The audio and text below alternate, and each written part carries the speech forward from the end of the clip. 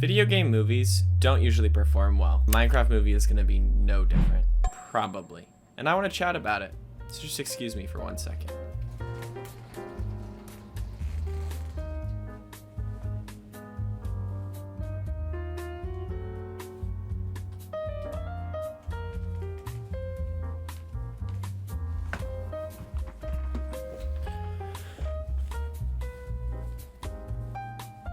All right, today we got our cup of coffee.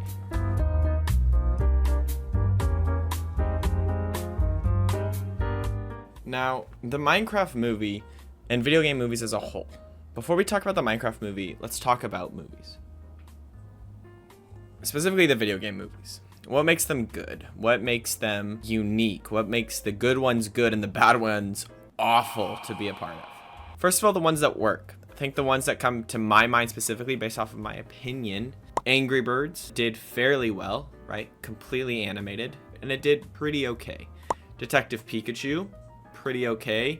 Again, mostly animated, had some of that realistic animation style that we're seeing from Minecraft as well, but did fairly well. You have Sonic the Hedgehog that at the beginning looked like a dumpster fire. For me, it never got better. It was one movie for me that I didn't even want to stick around. I think I could talk about Sonic for a while. Just the idea that you have the fastest hedgehog in the whole world being able to run super fast, and he went on a road trip.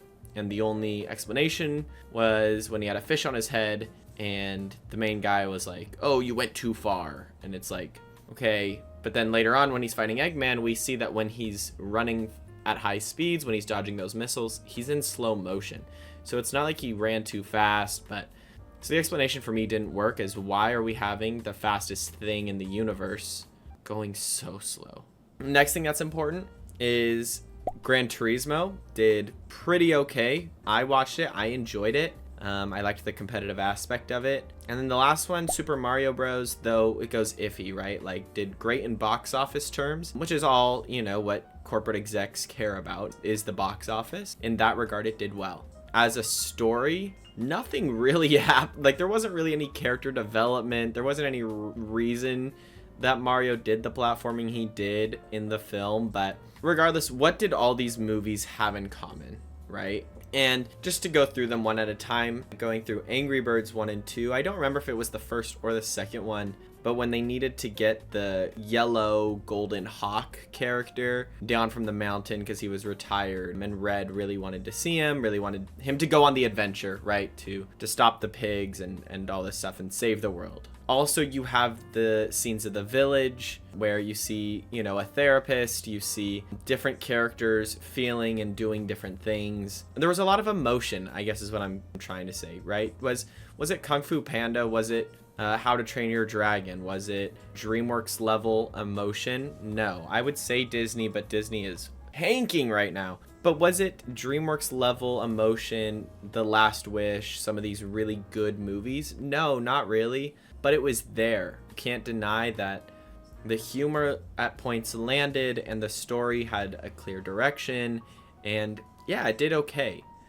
Specifically Angry Birds 2 in Rotten Tomatoes or critics' eyes, also in box office eyes, just did better from what I saw. I could be wrong with the box office, but I know for sure critics preferred the second one. Again, I'm struggling right now to decipher between the two, but again, I remember there being emotion, I remember there being different characters, and I remember enjoying it. Detective Pikachu, it's no secret on this channel that we love Pokemon. It's no secret that I've been a fan my whole life. And that movie, again, had the emotion. It had Ryan Reynolds' expert level marketing, right, where we've seen with Deadpool and Wolverine, with all the Deadpools for that matter, with Adam Project, whatever film he's in, he markets it to the max, and he does such a good job of doing that. Specifically, I remember the trailer he released, method acting as Pikachu, I think it was what it was, which is hilarious. When we talk about video game movies that work, it's those. It's those movies that really and truly are emotional, that are really and truly impactful, that help you go on a journey, because that's ultimately what the video game medium is, right? As myself, someone who really enjoys gaming, right, I will do it to hang out with friends. I will play games to just turn my brain off, to have fun, to it's another world, and it's a medium that we can step into, receive a story, or receive some sort of like in-depth. My favorite game of all time, but two favorite franchises of all time would be God of War and Kingdom Hearts, right? I love Pokemon, it's not a secret, but do I think that Pokemon stories are that great? No, I play them for the challenge runs. I play them because they're just fun. The competitive aspect of it, the strategic aspect of it. But God of War and Kingdom Hearts, I love them because I love the story. Yeah, is the Kingdom Hearts story probably one of the most convoluted and horrendous things that have ever been made? Sure, but if you get it, it's fun, right? And I've played all, I think there's 14 games. I think Melody of Madness makes 14.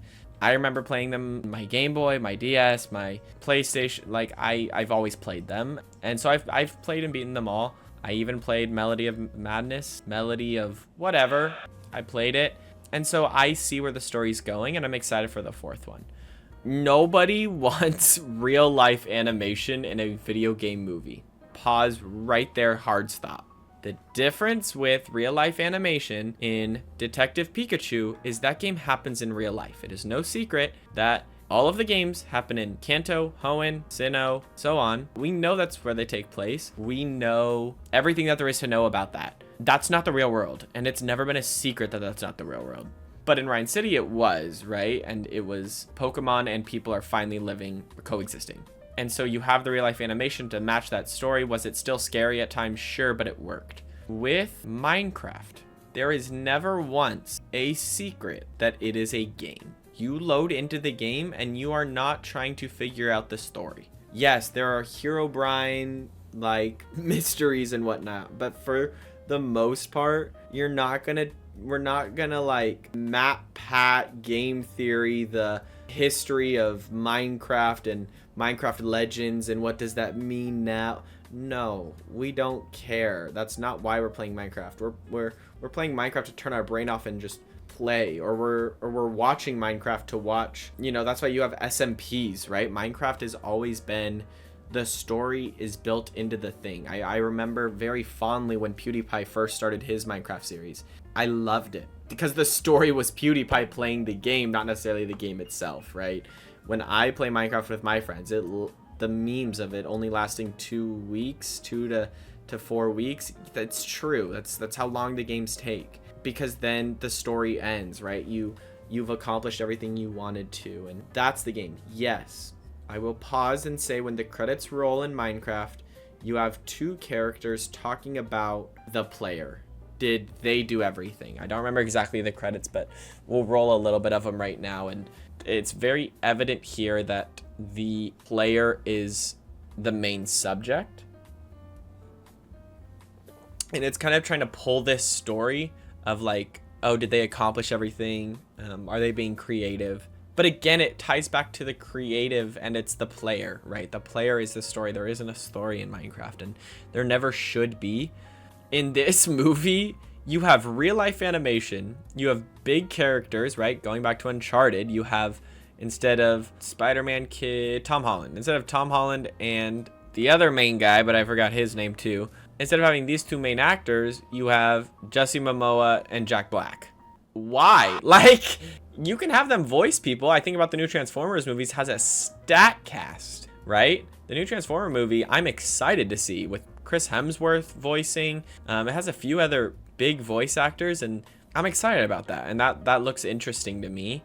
But the animation looks interesting, and it's just voiced by those characters. So all in all, I'll finish up by saying this. Video game movies as a whole work from emotion, not towards it, right? If we work towards emotion, and if you have, oh, they're inside the game, and then as it's going, then we're starting to like get more emotion and we're starting to get more invested, by the end we'll have nothing. Video game movies work when at the beginning you already are emotionally kind of there, right? Whether you're invested into Mario wanting more, though again, I'm not gonna say you're gonna say Mario was an emotional movie. It wasn't. But Rhyme City, the main actor, again, I don't remember his name. At the very beginning, it was like, my dad's dead and I don't like Pokemon. Like, you're right there, you're in the moment, and that can work. With Sonic, the guy was like, I want a normal life. I don't want this hedgehog following me around. And then eventually he likes the hedgehog. So, but all of that to say, you need to have emotion already in it from a storytelling perspective, not working towards it. And what we see from, again, this Minecraft movie, we only have a trailer. And so I'm not going to sit here and be like, this is what the movie's going to be about. But I've seen enough trailers to kind of guess.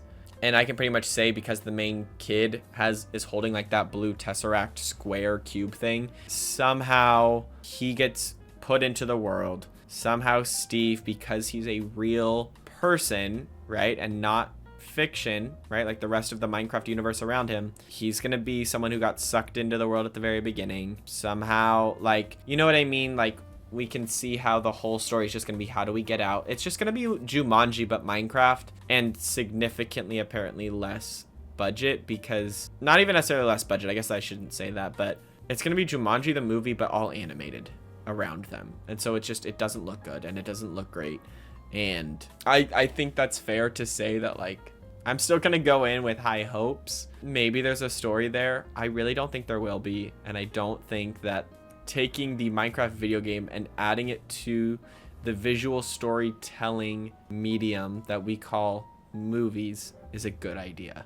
It could be, but oh, it just looks so bad. It looks so gross. I don't really know what's going on. And so I'm excited to watch. And that's kind of like a little, I guess, chat about storytelling, about games that I enjoy, and also what makes video game movies and video game television work, like Fallout and whatnot. But we'll see if Minecraft can do that. I mean, we've seen the trailer of other video game movies before. We saw the trailer of Borderlands. We saw the trailer of Assassin's Creed. We saw the trailer of Mortal Kombat. And we saw the trailer of Five Nights at Freddy's, right? And out of all of those, we're kind of seeing the same trailer with the Minecraft movie, right? It's introducing us to all the characters' names. There's a very good chance we're not going to get that in the movie itself, but they're introducing us to the characters' names and giving us a very broad kind of showing of what the movie's going to be about, right?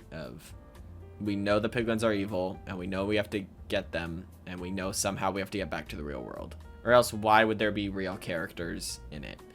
If they go from a perspective of like those real world people are the avatars in the game, it would be confusing to say the least, because why would you not just have them be Steve-esque characters? But also, yeah, I mean, that might work. That might save it. So, I don't know. We'll see. I'm not hopeful. This was a sad one to watch. But yeah, that's about all I got. And with that, bye-bye.